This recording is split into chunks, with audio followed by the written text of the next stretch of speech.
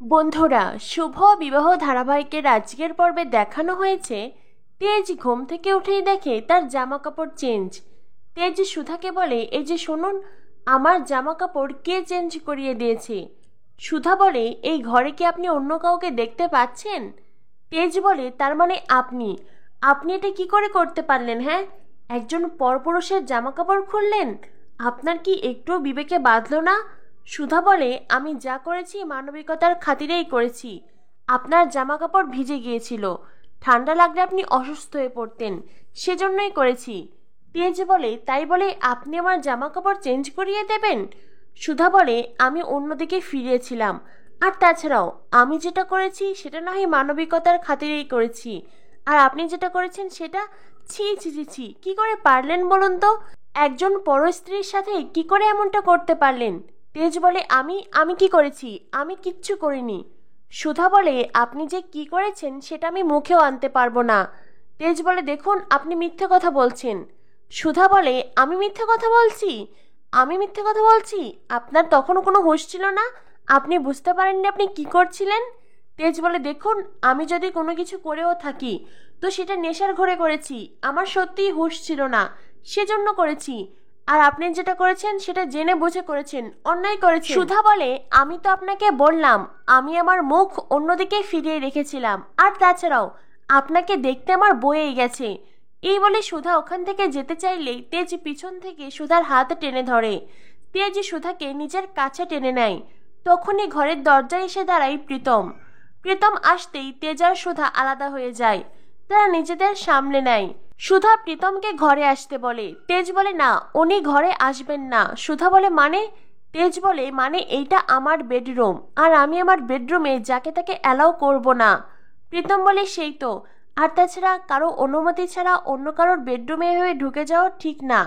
তখনই তেজ বলে, ও এতটুকু জ্ঞান আছে আপনার? প্রীতম বলে, আসলে ইশিকা ম্যাডাম আর ইমন মামি আমাকে বললেন রুক্মিণী ঘরে আছে, তাই আমাকে এখানেই আসতে বললেন। তেজ বলে, আর আপনিও চলে এলেন। প্রীতম বলে, আসলে কি বলুন তো, আমি রুক্মিণীকে এই ফুলগুলো দিতে এসেছি।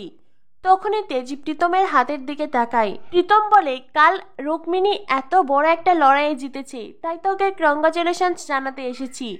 তখনই তেজ প্রীতমের হাতের দিকে তাকায়। সাদা ফুল নিয়ে এসেছে প্রীতম। তেজ মনে মনে ভাবে সাদা ফুল সুধার পছন্দের ছিল, কিন্তু সুধা সবচাইতে বেশি পছন্দ করত লাল গোলাপ। সুধা তখন তেজের দিকে তাকিয়ে মনে মনে বলতে থাকে, হ্যাঁ তেজ, তুমি ঠিকই ভেবেছ, আমার লাল গোলাপ সবচাইতে প্রিয়। কিন্তু যখন তুমি আমাকে অবিশ্বাস করে বাড়ি থেকে বেরিয়ে যেতে বলেছিলে, সেদিন থেকে আমার জীবনের সব ভালোবাসা হারিয়ে গেছে।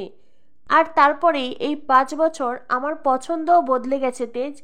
এখন আমার আর লাল গোলাপ নয়, বরং এই সাদা ফুলই বেশি ভালো লাগে, কারণ আমার জীবনে আর ভালোবাসা নেই। তেজ তখন প্রীতমকে বলে, আচ্ছা একটা কথা বলুন তো, রুক্মিণী আপনার কে হয়? কি হলো, বলুন বলুন, কে হয়? প্রীতম কি বলবে সে বুঝে উঠতে পারে না। সুধা বলে, প্রীতম বাবু আমার বন্ধু, আমার পরম প্রিয় বন্ধু। এই 5 বছর উনি আমাদের আশ্রয় দিয়েছেন, আমাদের আগলে রেখেছেন। উনি আমার কাছে আমার ভগবানের মতন। প্রীতম বলে, ওইসব ভগবান টগবান কিছু নয়, ও এমনিতেই বাড়িয়ে বাড়িয়ে বলছে। আসলে আজকের দিনেই ওর সাথে আমার দেখা হয়েছিল। তেজ বলে, ও আচ্ছা, তার মানে তো আজ আপনাদের প্রথম দেখা হওয়ার দিন, সেই জন্যই রুক্মিণীকে ফুলগুলো দিতে এসেছেন, তাই তো? ঠিক আছে দিন। এই বলে তেজ ঘর থেকে বেরিয়ে যায়। প্রীতম সুধাকে বলে, এ বাবা, উনি তো চলে গেলেন। প্রীতম সুধাকে বলে, আমার ভীষণ ভালো লাগছে জানেন তো, আপনি আপনার বাড়ি, আপনার পরিবার, আপনার প্রিয় মানুষদের ফিরে পেয়েছেন। তবে আপনার কাছে আমি একটা জিনিসই চাইবো, আমাদের বন্ধুত্বটা যাতে সারা জীবন থাকে, সে আমরা যতই দূরে থাকি না কেন। সুধা বলে, দূরে? প্রীতম বলে, হ্যাঁ, আমি মুম্বাই ফিরে যাচ্ছি, তার আগে একবার বাড়িতে যাব। সুধা বলে, আমার তো আর সেখানে যাওয়াই হলো না। প্রীতম তখন হাসতে থাকে। সুধা বলে, প্রীতম বাবু আরো কটা দিন থেকে গেলে তো পারতেন। প্রীতম তখন মনে মনে ভাবে, কি করে থাকবো রুক্মিণী, আমার ভালোবাসার মানুষ তুমি অন্য কারোর হয়ে যাচ্ছ, এটা যে দেখতে আমার খুব কষ্ট হচ্ছে। প্রীতম বলে, না সেটা সম্ভব নয়। এদিকে দেখানো হয় তরি ইশিকার হাত ধরে টানতে টানতে ঠাকুর দালানে নিয়ে আসে। ইশিকা বলে, তরি তুমি আমাকে এই দালানে কেন আনলে? তরি বলে, কারণ তুমি এখন এই বাড়ি থেকে বেরিয়ে যাবে। তুমি এই বাড়িতে থাকলেই আমার মাম্মাম আর আমার বাবার জীবনে অশান্তি করছো। তুমি বারবার আমার মাম্মামের সাথে ঝগড়া করছো। ইশিকা বলে, তরি আমি তোমার মামামের সাথে ঝগড়া করছি না। তরি বলে, আমি নিজের চোখে দেখেছি। তুমি কেন এসব বলছো? হ্যাঁ, মিথ্যে কথা কেন বলছো? ইশিকা বলে, তরি আমি মিথ্যে কথা বলছি না। তরি বলে, শোনো, তুমি আমাকে আর মাম্মামকে একটুও ভালোবাসো না। ইশিকা বলে, তরি আমি তোমাকে ভীষণ ভালোবাসি। এই বাড়ির প্রত্যেকে তোমাকে ভীষণ ভালোবাসে। তোমার তেজ আঙ্কলও তোমাকে অনেক ভালোবাসে, কারণ তুমি ভীষণ কিউট। কিন্তু তোমার মাম্মাম আমাদের প্রত্যেককে ঠকাচ্ছে। তাই আমি তোমার মাম্মামকে কিছুতেই ছাড়বো না। তরি বলে, না তুমি মিথ্যে কথা বলছো। আসলে কি বলো তো, এতদিন তুমি বাবার বেস্ট ফ্রেন্ড ছিলে, কিন্তু আমার মাম্মাম চলে আসার পরে আমার মাম্মাম বাবার বেস্ট ফ্রেন্ড হয়ে গেছে। সেজন্য তুমি আমার মাম্মামকে হিংসে করো। ইশিকা বলে, কি এইটুকু মেয়ের এত পাকা পাকা কথা? তোমাকে এগুলো কে শিখিয়েছে? সুধা শিখিয়েছে, তাই না? তরি বলে, না, এই কথাগুলো আমাকে মাম্মাম শিখায়নি, আমি নিজেই বলছি। ইশিকা বলে, তুমি মিথ্যে কথা বলছো, আর এরপরে যদি কখনো তুমি আমাকে ইনসাল্ট করো তো তোমাকে। এই বলে ইশিকা তরির হাতে টেনে ধরে। তখনই সেখানে আসে তেজ। তেজ এসে বলে, ইশিকা তরির হাতে ছেড়ে দাও। ইশিকা তরির হাতে ছেড়ে দাও বলছি। ইশিকা তখন তরির হাতে ছেড়ে দেয়। তেজ বলে, তুমি একটা বাচ্চা মেয়ের সাথে কেমন আচরণ করছিলে? তুমি ওকে ধমকাচ্ছিলে? ইশিকা বলে, তেজ আমি ওকে ধমকাচ্ছিলাম না, আমি ওকে বকছিলাম, আর তার যথেষ্ট কারণ আছে। তুমি জানো ওইটুকুনি মেয়ে কত পাকা পাকা কথা বলছিল, আমাকে হিংসুটে বলছিল। আর এইসব কথা নিশ্চয়ই ওকে ওর মাম্মাম শিখিয়েছে, রুক্মিণী শিখিয়েছে। তরি বলে, না, এই কথাগুলো আমাকে মাম্মাম শেখায়নি, আমি নিজেই বলেছি। তেজ ইশিকাকে বলে, ইশিকা ও তো বাচ্চা মেয়ে, কিন্তু তুমি তুমি তো বড়, তুমি নিজেকে প্লিজ সামলাও। তরি তুমি এখন এখান থেকে যাও, অন্যদিকে গিয়ে খেলা করো। তরি ওখান থেকে চলে যায়। তেজ ইশিকাকে বলে, তুমি নেক্সট টাইম আর কখনো তরির সাথে এমন ব্যবহার করবে না। তখনই ইশিকা তেজকে বলে, তুমি আমাকে বলছো নিজেকে সামলাতে, আর তুমি তুমি কি করছো? হ্যাঁ, আজ নিজের চোখে যেটা দেখেছি। তেজ বলে, তুমি কি দেখেছো? তখন ইশিকা বলে, তেজ আমি তোমার ফিয়ন্সে, কদিন পরে আমাদের বিয়ে হবে, আমাদের আশীর্বাদ হয়ে গেছে, এনগেজমেন্ট হয়ে গেছে। যেই ঘরে তোমার সাথে আমার থাকার কথা, সেই ঘরে তুমি ওই রুক্মিণীকে জড়িয়ে ঘুমাচ্ছিলে। তেজ তুমি এটা কি করে পারলে? তেজ বলে, হ্যাঁ আমি এটা পেরেছি, কারণ আমার কোথাও গিয়ে এটা মনে হয়েছে ও আমার সুধা, সেজন্যই পেরেছি। ইশিকা বলে, তেজ তুমি ভুল ভাবছো, ওই মেয়েটা বারবার তোমার ব্রেন ওয়াশ করছে, তোমাকে ভুল বোঝাচ্ছে, তোমাকে ম্যানিপুলেট করতে চেষ্টা করছে। ও কখনোই সুধা নয় তেজ, কারণ সুধা 5 বছর আগেই মারা গেছে, ও রুক্মিণী। আর আমি এবার সব খোঁজ খবর নিয়ে এসেছি। তেজ বলে, তুমি কি খোঁজ খবর নিয়েছো? ইশিকা বলে, ওই রুক্মিণী প্রীতম সিংহ রায়ের সাথে একই কলেজে পড়াশোনা করেছে। ওই রুক্মিণী সেনের বাবার নাম সমরেশ সেন।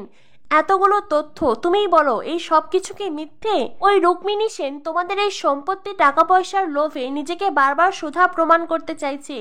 নিশ্চয়ই কাল রাতে ওই তোমাকে ড্রিঙ্কস করিয়েছিল। তখনই সুধা এসে বলে, তার কোনো প্রয়োজন নেই, কারণ তেজ বসু মল্লিকের জীবনে যতদিন সুধাময়ী বসু মল্লিক ছিল, তেজ বসু মল্লিক কখনো ওইসব ছাইপাশ খায়নি।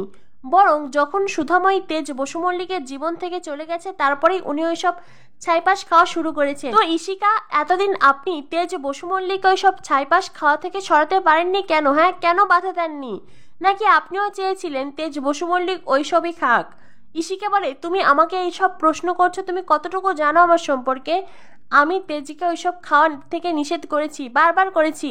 সুধা বলে, তাতে কি লাভ করেছেন? আমি সুধাময়ী বসু মল্লিক, তেজ বসু মল্লিকের স্ত্রী, আর আমি কখনোই ওনাকে ওইসব ছাইপাশ খেতে দেব না। তেজ মনে মনে বলে, আমিও তো সেটাই বিশ্বাস করতে চাই। এরপরে একে একে সবাই সেখানে চলে আসে। ইশিকা সবার সামনেই বলে, এই রুক্মিণী প্রীতম সিংহ রায়ের কলেজের বন্ধু, তার লিভিং সম্পর্কে ছিল, তারা একে অন্যের বিজনেস পার্টনার, এই সব কথা বলতে থাকে। সুধা বলে, আমি আপনার প্রশ্নের উত্তর দিতে বাধ্য নই। ইশিকা বলে, তা হবেন কেন? কারণ এখন যে আপনাকে ঝুড়ি ঝুড়ি মিথ্যে কথা বলতে হবে। এরপরে ইশিকা তেজকে একটা খাম দেয়। তেজ বলে, এটা কি? ইশিকা বলে, এটা হলো এই বাড়ির স্টে অর্ডার। আশা করছি রুক্মিণীকে এখন আর সুধার অভিনয় করতে হবে না, ওকে ব্যাগপত্র গুছিয়ে বাড়ি থেকে চলে যেতে বলো। তরি বলে, মাম্মাম তুমি তো বলেছিলে এটা আমাদের বাড়ি, তো এখন এই পচা আন্টি আমাদের বাড়ি থেকে চলে যেতে কেন বলছে মাম্মাম? তখনই জ্যোৎস্না দিয়ে এসে বলে, এই রাক্ষসীর বাড়ি নাকি এইটা? বাড়ি থেকে চলে যেতে বললেই তোমাদের যেতে হবে? তোমরা কোথাও যাবে না, তোমরা এই বাড়িতেই থাকবে। তরিতা বলে, একদম তাই, তোমরা কোথাও যাবে না। আর শোনো ইশিকা, আমরা কেউই তোমার কথা বিশ্বাস করছি না। তখনই সেখানে মেজিকা আসে। মেজিকা এসে ইশিকার সুরে সুর মেলায়। ইমন সার্থক এসেও সুধাকে বারবার ফোর্স করতে থাকে। সে যে রুক্মিণী সেটাকে স্বীকার করতে বলে। আগামী পর্বে দেখানো হবে সুধা তরিকে নিয়ে বাড়ি ছেড়ে চলে যেতে চায়। তখনই ঠাম্মি এসে বাধা দেয়। সুধা হাতে জোর করে বলে, ঠাম্মি, যেই বাড়িতে আমার সম্মান নেই, আমার স্বামী আমাকে স্বীকার করেন না, আমি সেই বাড়িতে থাকতে চাই না। তখনই তরি বলে, বাবা তুমি মাকে আটকাও না বাবা, প্লিজ। তেজ তখন পিছন থেকে সুধার হাতে টেনে ধরে আর সুধাকে যেতে বাধা দেয়। তো বন্ধুরা, চারপাশের মানুষজন যতই সুধাকে রুক্মিণী রুক্মিণী বলুক না কেন, এমনকি সুধা নিজেও যদি নিজেকে রুক্মিণী বলে, তো তেজের মন সেটা কোনোদিনই বিশ্বাস করবে না। 5 বছর পরে একবার যখন তেজ তার সুধাময়কে ফিরে পেয়েছে, এত সহজে তাকে কখনোই যেতে দেবে না। তো বন্ধুরা, কি হতে চলেছে শুভ বিবাহ ধারাবাহিকে? শুভ বিবাহ ধারাবাহিকের পরবর্তী আপডেট পেতে আমাদের সাথেই থেকো। ধন্যবাদ সবাইকে।